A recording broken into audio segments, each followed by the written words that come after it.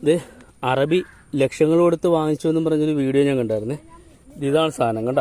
ഇത് നോക്കിയേ, ഇതിൻ്റെ പ്രത്യേകത എന്താണെന്ന് വെച്ചാൽ ഇങ്ങനെ നോക്കിക്കോളേ.